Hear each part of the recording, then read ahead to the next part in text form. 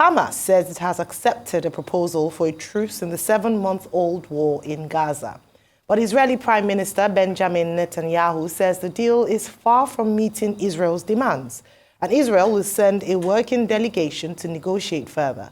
The ceasefire deal was put forward by Qatari and Egyptian mediators. It is not clear exactly what the group has agreed to, but the proposal is thought to include release of hostages and return of displaced Palestinians within Gaza.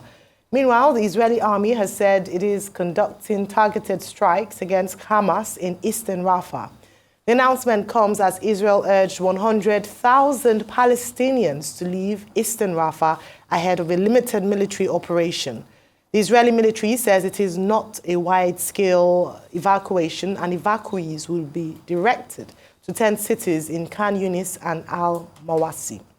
However, the Israel Prime Minister's office said that it will dispatch a delegation to Egypt in an effort to maximize the possibility of reaching an agreement on terms acceptable to Israel. But it also said the war cabinet has decided unanimously to continue operations in Rafah in order to apply military pressure on Hamas and advance the release of hostages held by the group. All right, Rafah, this morning we speak updates on Israel, Gaza, and ceasefire or no ceasefire. We'll take on this story. So pardon me, I'm going to use very strong words this morning. Israel has continued with its genocidal, scorched earth policy, constantly to decimate parts of Palestinian land, which Israel feels as the right solution after what happened on the 7th of October. So there are many slants in the story. Netanyahu is fighting for his political life, and that's why he's doing all of this. But the question is, how long will he do this for? 7 months down the line. Normally, you would think that we should have a ceasefire by now, as it's been put forward. But Netanyahu is saying no to all of this. Now they are going on Rafah. Rafah, which is about the only crossing into Egypt. They're decimating Rafah. What they said it was going to be a moderate attack. There's nothing moderate about what's happening in Rafah. It's a total decimation. When you see the pictures out, it's a total decimation. And Israel is so afraid of the truth, and that's why they've been able to shut down Al Jazeera Bureau in Israel. So the question is, will America keep looking at all of this, the bastion of democracy and the so-called bastion of world civility? Will they keep looking while these people are slaughtered because of Netanyahu? And it's not because of Israel. Because collectively across Israel, the country is divided. This is Netanyahu's war, not Israel's war. So will America keep looking? The only thing Joe Biden has done is to hypocritically call Netanyahu, as always, and say exercise restraints. So shouldn't they have taken the deal? Shouldn't the Israelis have looked properly before they started this onslaught on Rafah again? And how long is this going to continue? But the hypocritical America keeps supporting them because they just voted a couple of billions more to these war efforts. So there is no how we're going to exonerate the blood of the civilians and Palestinians which are on the hands of Joe Biden. We can't continue this. This is madness. This is barbarity. Netanyahu is fast becoming another Hitler out of Hitler. And in this regard, President Joe Biden is fast becoming Neville Chamberlain. That no matter what you do to keep placating Netanyahu, you think he's going to stop, he's not going to stop. All right, Dr. Bati. Okay, very quickly. Now, in the past few weeks, the allies, led by the United States, have been putting pressure on Prime Minister Benjamin Netanyahu to agree to a ceasefire agreement with Hamas. That ceasefire agreement is supposed to provide a 40-day corridor within which there will be a cessation of hostilities and there will be exchange, release of hostages. I think that's the word they use. And Antony Blinken had been putting pressure directly on Benjamin Netanyahu. And also, of course, Lord Cameron of the United Kingdom has been part of it. mediators involving Egyptian mediators, Qatari negotiators, and CIA officials have been meeting to see how they can find a solution to this. It is within the context of that Hamas then announced that it had agreed to a ceasefire. Hamas even announced that it was going to release 33 hostages. But the Israelis have said no. They say no truce yet, and they not only said there was no truce yet, they went ahead to also say that what Hamas is agreeing to is a soft version of the ceasefire. Now, in the context of all of this, however, Prime Minister Benjamin Netanyahu has agreed to send negotiators to meet with Egyptian and Qatari officials and other parties involved in the negotiation. But at the same time, while the 1 million people in Rafah were jubilating yesterday, Israel gave an order that about 100,000 people that were in camps in Rafah should leave within 2 hours because there will be bombardment. And they went ahead and began to bombard Rafah, and what happened was mass exodus of the people, which means that the celebration that we saw on the streets of Rafah yesterday was short-lived. Now, that is the story. Now the analysis. And it is as follows. The question to ask is Israel above international law? Because that is what is beginning to appear. I've said it again and again in this place, that we are under a rules-based international system, even if that rules-based international system is governed by Pax Americana, America putting itself forward as a superior power, not even a superpower, a superior power. And you find the United States in a hypocritical manner backing Israel. Domestically, Benjamin Netanyahu is also under pressure from the coalition ministers that surround them. So you find ultra-nationalists that are in power in Israel with Benjamin Netanyahu as the arrowhead. What is the demand for Israel?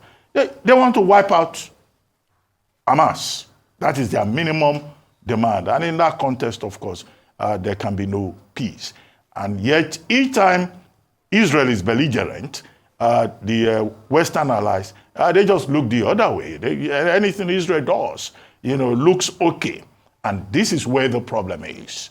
Now, to focus on the United States, what I find most disturbing within the context of international law was the letter dated April 24, signed by 12 senators of the U.S. Senate, and addressed to Mr. Khan.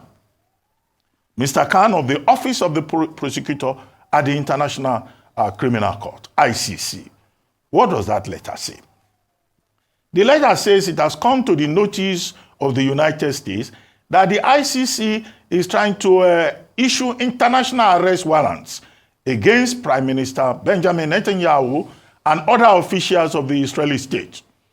And these 12 senators made it clear that in their view, this will be illegal and that this will be an attack on the sovereignty of Israel.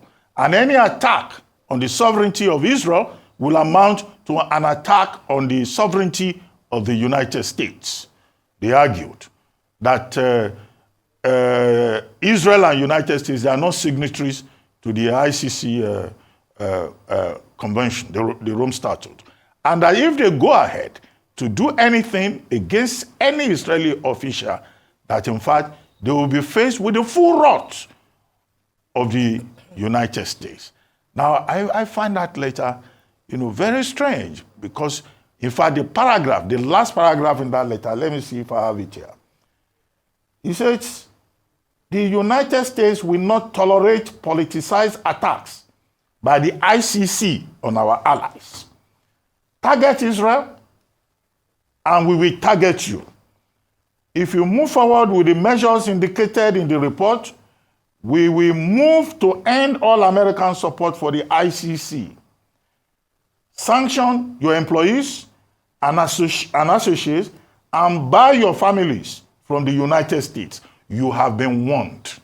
This is the United States at the highest level, warning the International Criminal Court and saying that, look, the ICC is hypocritical, that instead of targeting Israel, why are they not targeting Iran? So this is a kind of, so-called rules-based international system in which we have found ourselves within the province of international law, whereby a state like Israel can ignore everybody, disobey all the basic principles of the law of armed conflict with regard to proportionality and all of that, and then there will be certain countries in the world that will say what Israel is doing, Israel can do whatever it likes.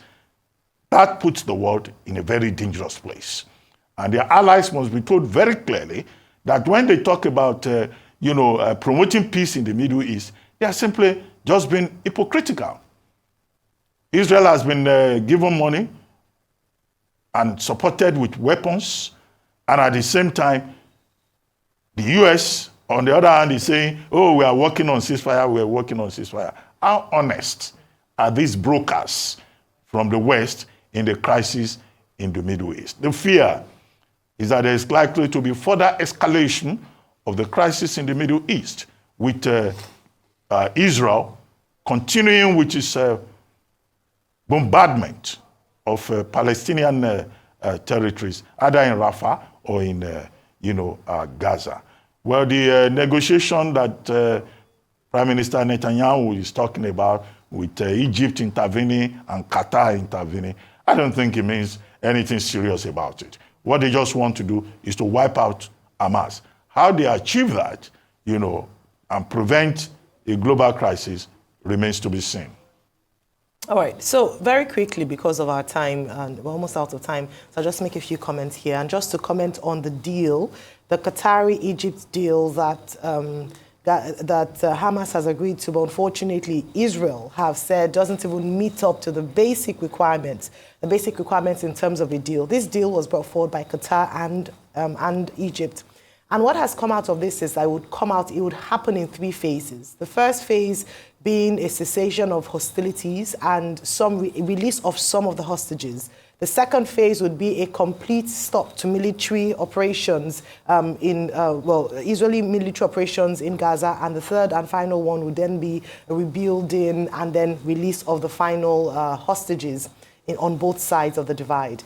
Unfortunately, whilst the Palestinians have rejoiced at this, as we mentioned, Israelis have said, no, this is not happening, this is not what you've asked for, and we're not agreeing to this. What is curious is the silence of the West and the fact that America seems to be reluctant to express their view, because this is a long time coming.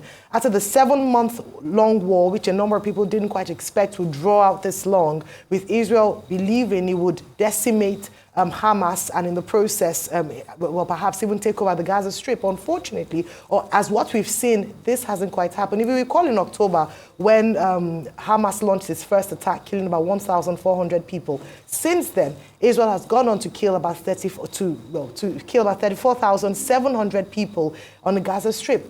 And there have been conversations since then, different nations coming in, conversations around perhaps Israel being the response being a lot more than what had happened in the very first place, and talking about the terms of reference, engagement of war, and Israel not quite aligning with that.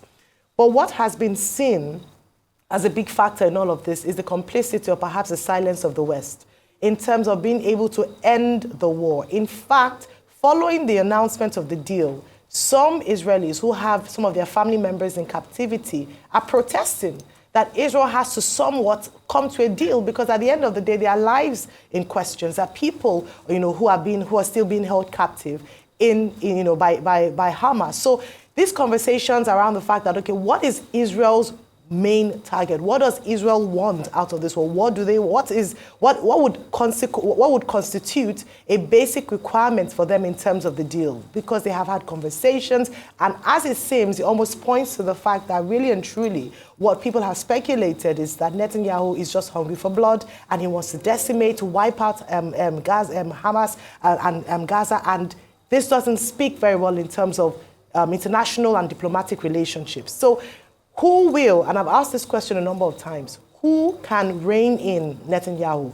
Who is able to speak, to bring some form of sanity or some of cessation of hostilities on that strip, the question is as good as, it's a question that begs to be answered. But later on today, what we're looking forward to hearing is a response from the United States. They are big allies of Israel. If anyone perhaps would make a dent in changing its mind or rerouting, it might just be the West in terms of the US and the UK, because if they continue to supply arms and support with funding for Israel, then we might not see a cessation of hostilities. But all eyes on Israel at the moment. The Palestinians have said we're in agreement. Israel have said it is not enough for them. What will make it good enough in terms of a deal for Israel? The full text of the deal is out already, and a lot of people have analyzed it, looking at the fact that it makes a lot of sense in terms of what Israel has continued to ask for in terms of their hostages being released by the Palestinians, which they have agreed to. So what else does Israel want, aside from, of course, totally decimating the Palestinians and on the Gaza Strip? We'll take more updates on this as the day progresses. We'll move on to other news now making the rounds this morning. The Nigerian Electricity Regulatory Commission, NERC, yesterday directed electricity distribution companies, DISCOs, to reduce tariff for Band A customers from 225 naira per kilowatt to 206.80 kobo per kilowatt hour.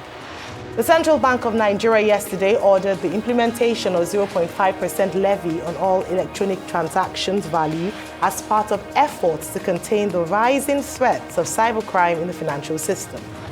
On the foreign scene, a rescue operation is continuing in South Africa after a 5-story building under construction collapsed, killing 4 people and leaving at least 50 trapped.